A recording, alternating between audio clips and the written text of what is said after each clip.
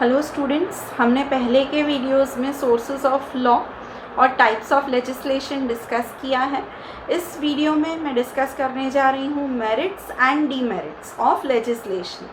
सबसे पहले डिस्कस करते हैं मेरिट्स, इसके बारे में क्या क्या अच्छाइयाँ हैं। सबसे फर्स्ट पॉइंट है, इट इज़ एब्रोगेटिव।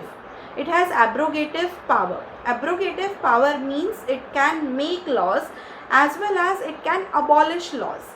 सिर्फ रूल्स बनाते ही नहीं है, लेकिन अगर कोई लॉ को रिपील करना है, अबॉलिश करना है, तो सिर्फ एक ही वेपन है, लेजिस्लेशन।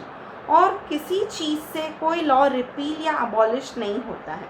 तो ये इसका एक यूनिक फीचर भी कह सकते हैं और आप एक मेरिट भी कह सकते हैं कि जब भी जैसे जैसे टाइम्स चेंज होते जाते हैं वैसे वैसे हमें लॉ में भी चेंजेस चाहिए। तो जैसे हम new rules, new laws adopt करते हैं, कई ऑब्सोलीट लॉज को हमें अबॉलिश भी करना होता है। इसकी दूसरी खासियत ये है कि ये एक डिक्लेयर्ड लॉ है। डिक्लेयर्ड लॉ यानी हमें beforehand we know what we are doing. अगर कोई एक्ट कर रहे हैं तो उसके कॉन्सिक्वेंसेस क्या होंगे, वो कहीं ना कहीं तो लिखा हुआ है। वी ऑलरेडी नो कि क्या है, इट इज़ डिक्लेयर्ड। और ये बहुत ज़रूरी है जस्टिस देने के लिए, क्योंकि हमें पता होना चाहिए कि हमने जो एक्ट किया है उसका क्या रिजल्ट होगा। Third, it is efficient. Efficient यानी लॉ मेकिंग अथॉरिटीज़ हैं वो the legislature is experienced and they make laws according to the society. तो it is an efficient law. उनकी जो काम करने के तरीके हैं वो जुडिशियरी, एग्जीक्यूटिव और लेजिस्लेशन, हमारे यहाँ पे जो 3 डिविजन्स हैं, तो तीनों को हम कह सकते हैं कि तीनों एफिशिएंट है, अपने अपने काम में माहिर है, उसे कहते हैं एफिशिएंट। तो लेजिस्लेशन की जो बात करें वो इक्वली एग्जीक्यूटिव के लिए और जुडिशियरी के लिए भी एप्लीकेबल है, लेकिन हम मेरिट्स की बात कर रहे हैं लेजिस्लेशन की, तो इट इज़ एफिशिएंट।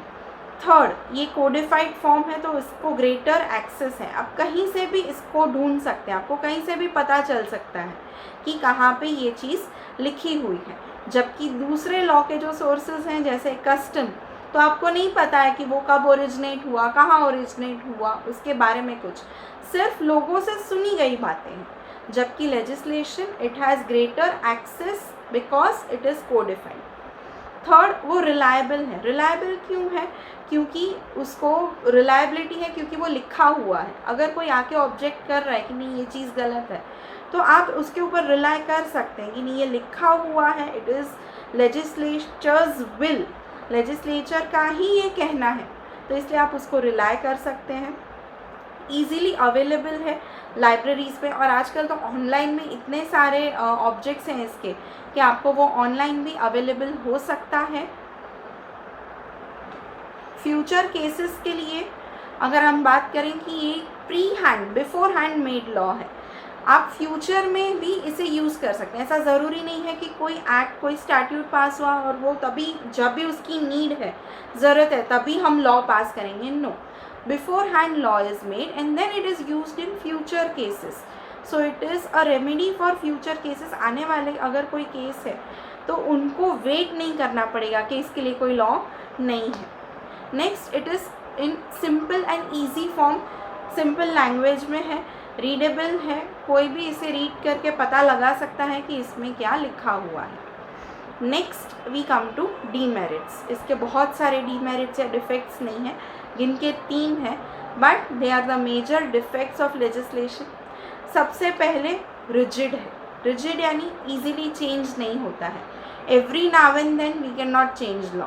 हर बार लॉ में चेंजेस नहीं आ सकते हैं। हाँ, एज एंड व्हेन रिक्वायर्ड, जब ज़रूरत हो चेंजेस आते हैं, मगर उसको आने में बहुत टाइम लगता है।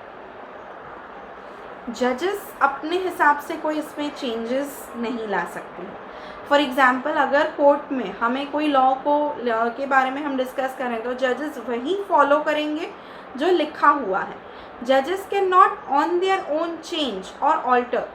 उसमें चेंजेस जजेस ऐसे ही नहीं ला सकते, उन्हें फॉलो करना है because they are bound by it, वो भी उससे बाउंड है। तो उसको, अगर हम प्रेसिडेंट की बात करें, उसे कंपेयर करें प्रेसिडेंट के साथ, तो प्रेसिडेंट में ऐसा है कि जज is free to decide whatever he wants depending upon the merits of the case of course, लेकिन जब लेजिस्लेशन का हम हेल्प ले रहे हैं, उसे सोर्स ले रहे हैं, तो हमें उसमें जो लिखा है वही फॉलो करना है। उसमें कई बार ऐसा होता है कि पार्टीज़ के साथ इनजस्टिस भी होता है, because we are following whatever is written. It is not depending upon जजेस और it is not depending upon the way the scenario is, circumstances पे वो डिपेंड नहीं करता है। Next is clarity. लैंग्वेज जो यूज़ हुआ है वो कंफ्यूजिंग या हम एम्बिग्यूअस बोल सकते हैं, जो क्लियर नहीं है। लेमैन को ये लैंग्वेज नहीं समझता है, तो दैट इज़ द रीज़न कि उसमें क्लैरिटी नहीं है। उसकी क्लैरिटी के लिए आपको किसी एक्सपर्ट के पास जाना होगा।